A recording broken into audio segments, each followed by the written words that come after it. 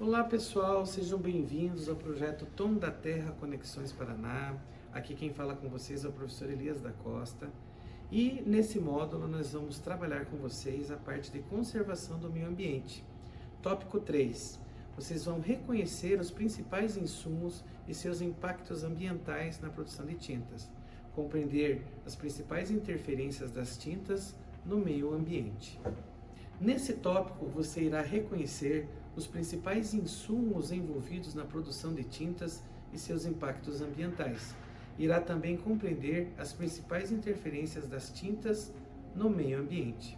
Quais são os principais insumos necessários para a produção de tintas? Energia, água, matérias-primas e produtos auxiliares. São esses três. Vamos falar do primeiro, energia.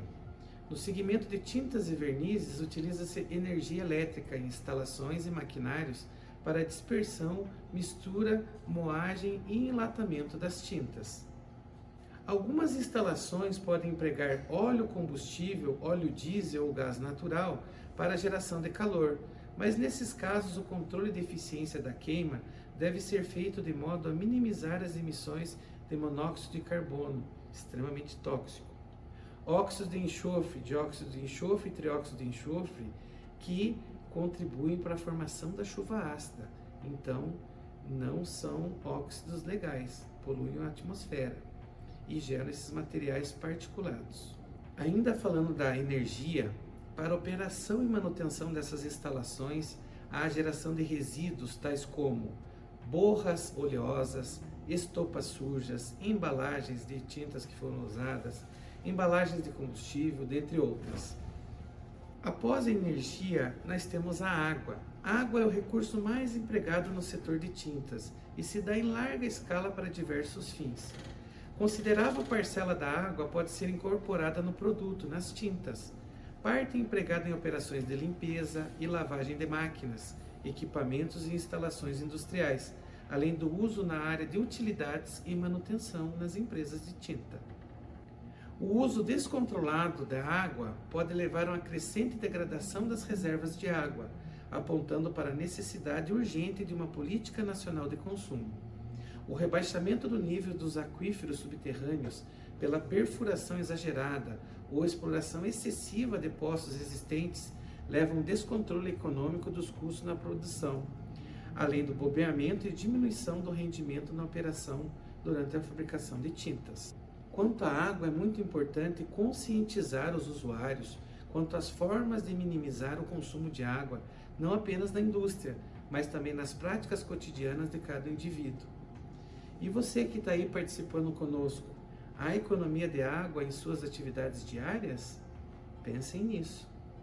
Quanto às matérias-primas e produtos auxiliares, a variedade de matérias-primas e produtos auxiliares empregados no setor das tintas e vernizes é extremamente grande. Podemos citar alguns exemplos tais como as resinas, pigmentos e cargas, solventes e aditivos. Várias matérias-primas possuem propriedades tóxicas, irritantes e corrosivas. Então, como nós estamos no módulo da questão que aborda a questão ambiental, nesse ponto gera bastante substâncias tóxicas, irritantes e corrosivas. É essencial o conhecimento e seus efeitos potenciais dessas matérias-primas usadas nas tintas e os produtos auxiliares. Como eles atuam sobre a saúde humana, como eles atuam no meio ambiente, assim como procedimentos emergenciais em caso de derramamento acidental, contaminação até intoxicação.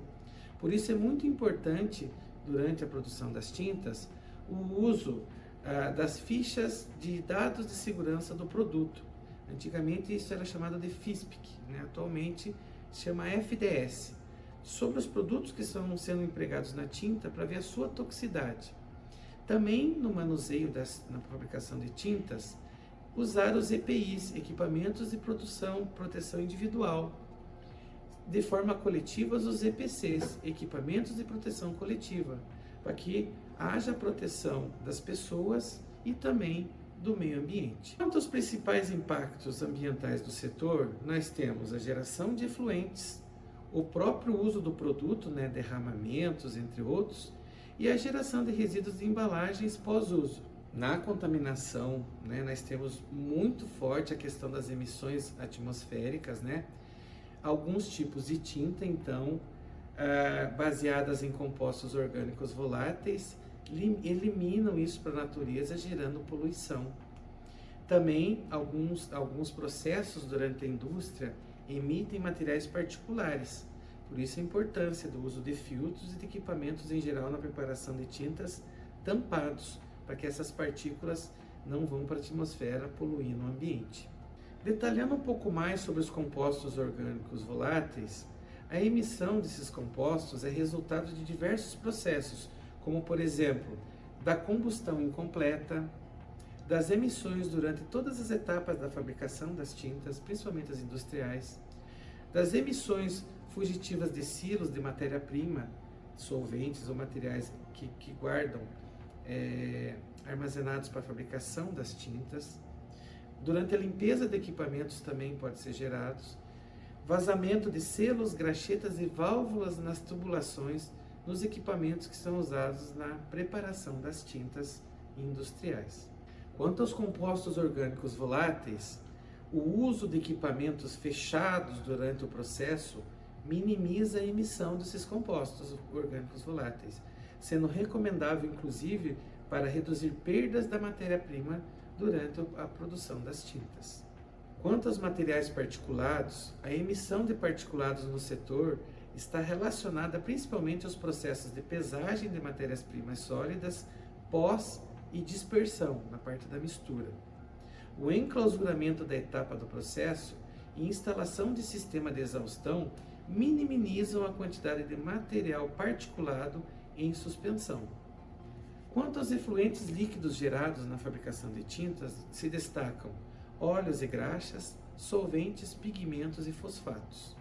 Esses efluentes gerados, podemos separar em dois efluentes distintos, os domésticos e os industriais. Os domésticos são gerados em atividades como vestiários, nos banheiros e restaurantes das empresas. Efluentes industriais são gerados no processo produtivo da tinta.